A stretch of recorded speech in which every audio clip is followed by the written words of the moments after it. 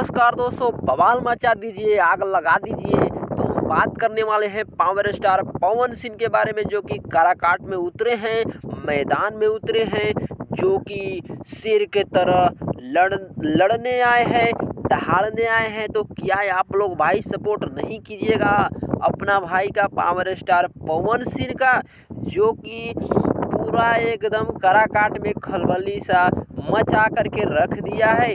तो क्या आप लोग बता सकते हैं कि आप क्या काराकाट के क्षेत्र में पढ़ते हैं या अदर क्षेत्र में पढ़ते हैं? तो हमें कमेंट करके ज़रूर बताइए भाई। और हम वीडियो बना रहे हैं जो कि पावर स्टार पवन सिंह के लिए, आप कमेंट करके हमको ज़रूर बताइए कि काराकाट से है कि नहीं, और हमको किसको वोट देना चाहिए।